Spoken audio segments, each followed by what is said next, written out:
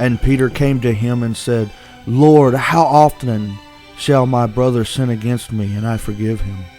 Up to 7 times?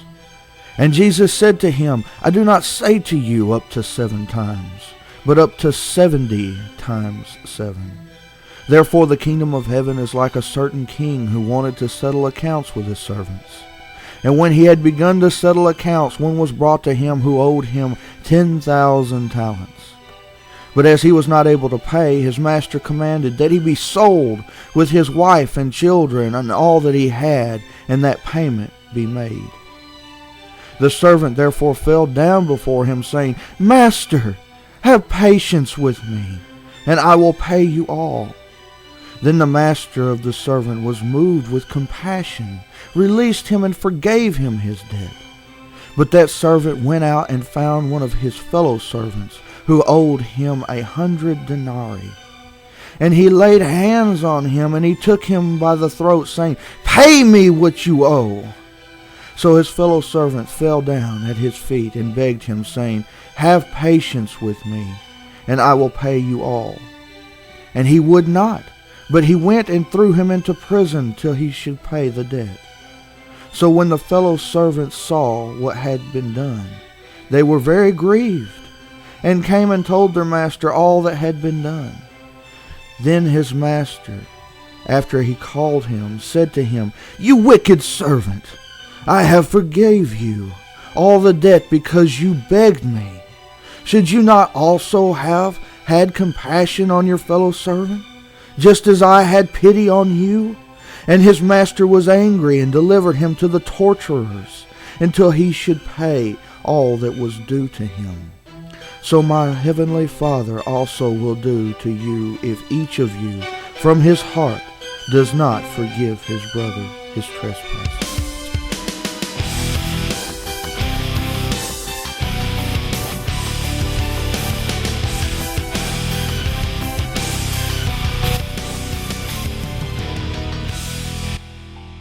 So let's just be real with one another for a moment, and open and honest. If we look around us, we can see that the biggest problem that we're facing right now in our communities and in our society is a lack of forgiveness. So let's define the word forgive. Merriam-Webster defines the word forgive as to give up resentment of, or claim to requital for, to grant relief from payment, to cease to feel resentment against an offender. Well, that just kind of goes against our grain, doesn't it? Our pride gets in the way, and we want to hold on to transgressions. We want to hold on to those things that people have done against us, and we want payment for it. But where does it all stop? At what point do we say, this is enough? At what point do we move beyond those transgressions that have been committed against us? At what point do we say, payment in full? At what point does it cease to be payment for past transgressions and turn into pure extortion? And that is what is happening in our country right now. Our leaders are using past transgressions as extortion against the present, but no one seems to want to teach forgiveness anymore. At least not in the way that Christ taught forgiveness. We even have ministers, or so-called ministers, like Jeremiah Wright Jr. of the Trinity United Church of Christ, teaching from behind the pulpit anger, hatred, and animosity rather than forgiveness. Instead of stirring the congregation's heart to come together, to put aside anger, animosity, hatred, these things that have become yokes on our society. These are things that we are willingly allowing into our life. We are willingly allowing those who would lead us to put these yokes of bondage upon us. Why? Because our pride gets in the way. Because we feel like we have had some injustice done to us and we want to see justice served. But if we were to take an honest look at ourselves, our relationships, our country, would we find that there's any room for forgiveness? So truthfully, honestly, these people like Al Sharpton, Jesse Jackson, Jeremiah Wright, these people who have been given the opportunity to be an influence on those around them are actually the ones doing the most damage. Instead of teaching those who follow them about the ways of forgiveness, They instead continue to teach division and strife under the guise of fighting for equality. It is time that we bring things to the forefront. It is time that we as a nation come together and say, you know what? It is time that we become healed. The media is talking about how we didn't realize how big a rift we still have in race relations in our country. And the reason for that is because it's swept under the rug as quickly as possible. People don't want to address this issue. So it's time that we say, let's address the issue and let's do it now. But let's do it with forgiveness, and let's do it with understanding, and let's do it not with strife in our heart, and not with the sense that we deserve something more from one another, but let's do it with the grace that God has given into our lives. Now, grace is unmerited favor. You don't do anything to earn grace. Our ancestors did bad things.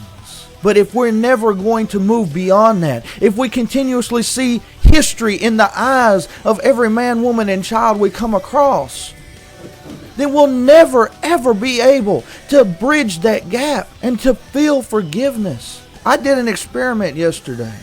I walked through Walmart and I looked into every face. And every time you caught eye contact with somebody, they averted their eyes.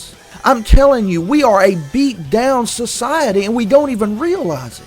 When you look into a face of a person, rather than receive a smile, you see somebody turn their head or to look down or to get a confused look on their face like, why is that person looking at me? We should, as a society, be able to look one another in the eye. We should be able to look at one another and smile and know that we are one people, not divided.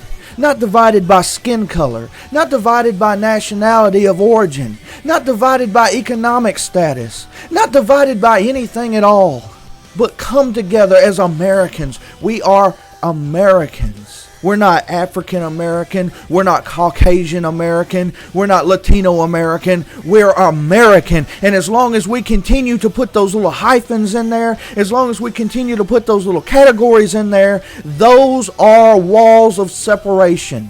It says that I'm different from you and you are different from me. Yes, we're all different. That's one of the great things about life, is that we all have a diversity. But if we never move beyond our diversity to find those common grounds, those places that we can stand together and know that we are the same but different, that is when we can be reconciled.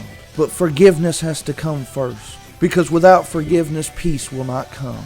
As long as we play the appeasement game, which is all this country has done for the last 20 or 30 years, we've just fed the appeasement creature.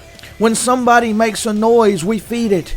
The squeaky wheel gets the oil. But right now, it is time for us to put that aside. It's time to come together in forgiveness. It's time that people in leadership roles like Jesse Jackson and Al Sharpton get their act straight and start leading those who are following after them in the ways of reconciliation, rather in the ways of continuing to keep the rifts open. And the reason that they do this, and the reason that I know right now they're not going to stop what they're doing, is because divisiveness is big business. These people are making, this is their bread and butter. They're making their money off of this. Lawsuits and lectures and talks on how bad we have it, how bad other people have it. Well, let me tell you something. We live in the greatest nation on earth. And until we get that in our minds and our mindsets, our hearts, and understand that there's no bad that is done here that cannot be made right through forgiveness and through teaching, education. We need to teach one another to love, because obviously it's something that we've forgotten how to do over the last 100 years.